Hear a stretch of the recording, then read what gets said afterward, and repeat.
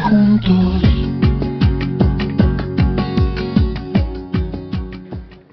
Quisiera inicialmente acotar lo siguiente. Aquí de pronto en el Congreso, desde que llegamos, en que hemos encontrado un Congreso polarizado. Y quizás nosotros también como Colombia Justa Libres hemos terminado incluidos dentro de los grupos de la polarización. Nosotros somos mucho más que Colombia Justa Libres. Nosotros somos una comunidad que se ha destacado no solamente por ser gestores, sino constructores de paz. Entrar a cuestionarnos a nosotros dentro del escenario social o político va a ser muy difícil.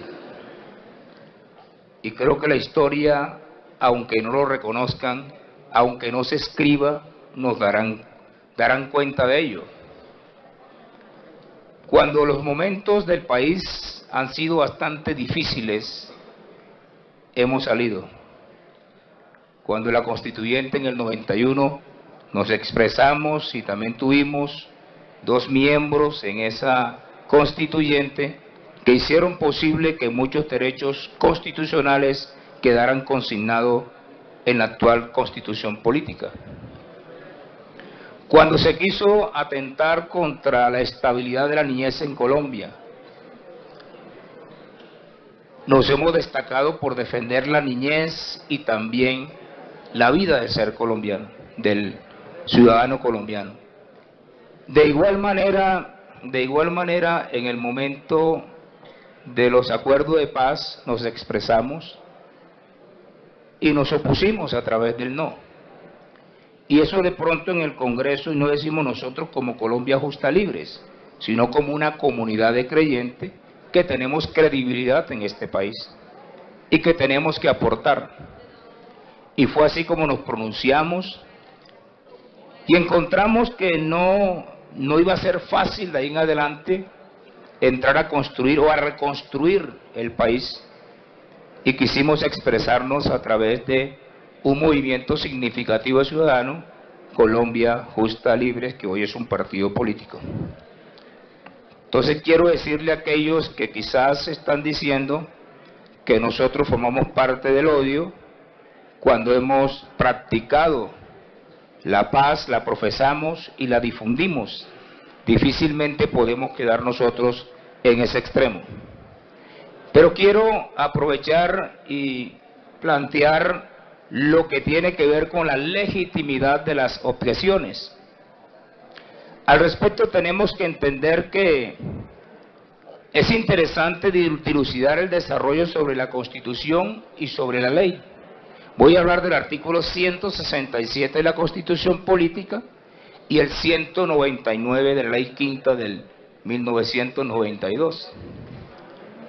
La fuente de las objeciones por inconveniencia y también por inconstitucionalidad la encontramos en el artículo 167. Y el artículo 167 le da una facultad muy particular que legitima al presidente de la República o al gobierno en general para poder objetar una ley por inconstitucional o por inconveniente.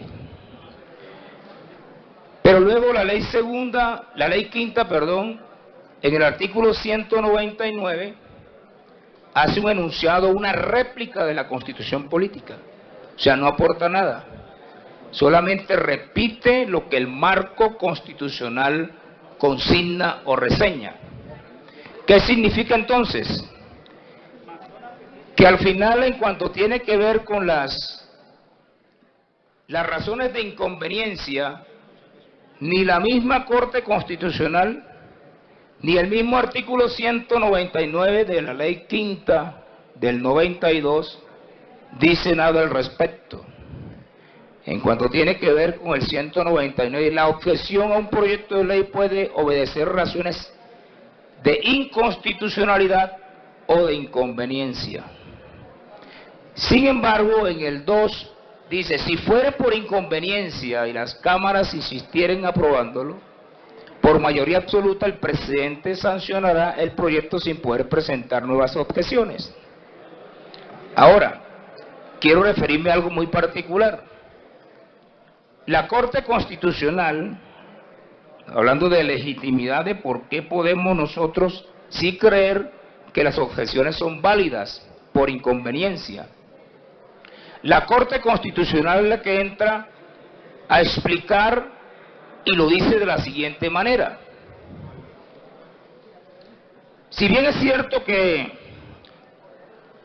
tal como lo señaló anteriormente, los proyectos de leyes estatutarias tienen un control previo automático de la Corte, ello no impide que el presidente, una vez efectuado el examen de constitucionalidad, no pueda objetar por inconveniencia este tipo de proyectos.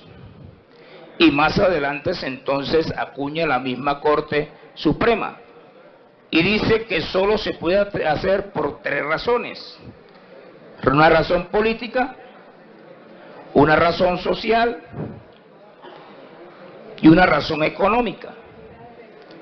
Pero ni la misma Corte Suprema de Justicia entra a definir los momentos y de qué manera se puede presentar una objeción por inconveniencia. Solo los enuncia, solo los dice, no los desarrolla.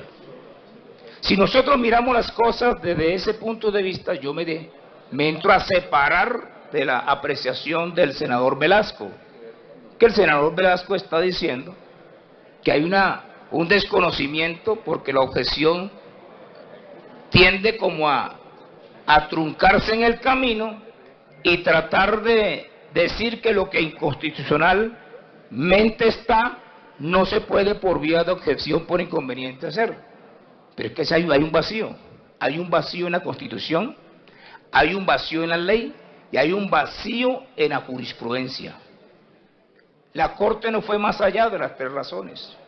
La Corte no explicó cuándo el presidente de la República puede objetar con detalle por inconveniencia económica, o política, o social. Eso entonces legitima al presidente de la República para poder él, en vista de la ausencia interpretativa y legislativa, poder asimismo ofrecer momentos en que él podía objetar la ley por inconveniencia como tal lo hizo. Así que las 6 objeciones que presenta el presidente de la República no tienen por qué ser cuestionadas ni por este Congreso, como tampoco por la misma Corte Constitucional, porque ella hizo silencio.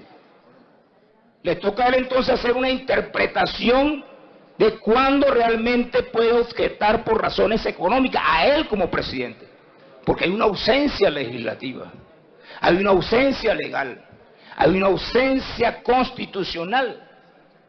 Entonces él, por vía de interpretación, es el que tiene la facultad para poder decir cuándo cree él que una ley es económicamente inconveniente, y no se le puede cuestionar por eso.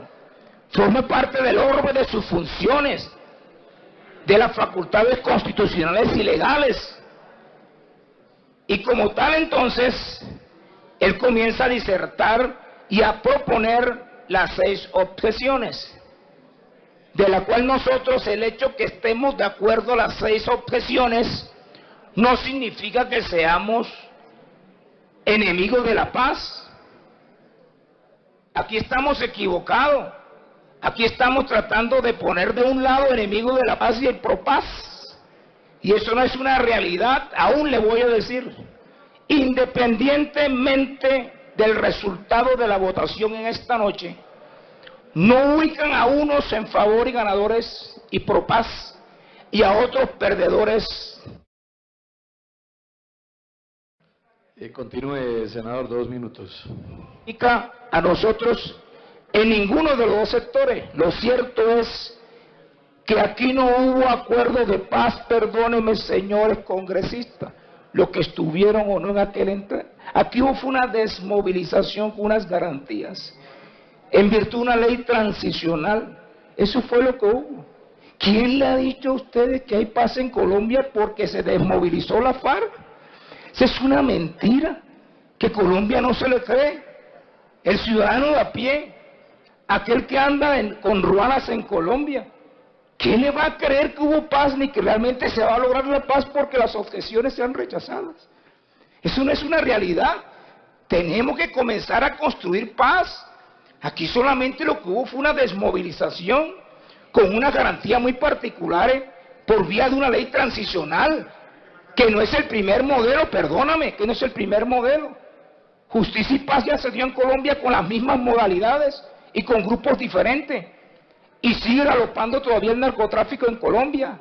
Y sigue la guerrilla todavía en el campo y multiplicándose mucho más. No nos llamemos a engaños. Aquí no ha habido acuerdo de paz. Aquí estamos a la puerta de construirlo. Eso es un enunciado legal. Solamente es un enunciado. Y creemos que entre todos sí podemos aportar para hacer de este país un país justo y en paz. Muchas gracias, señor presidente.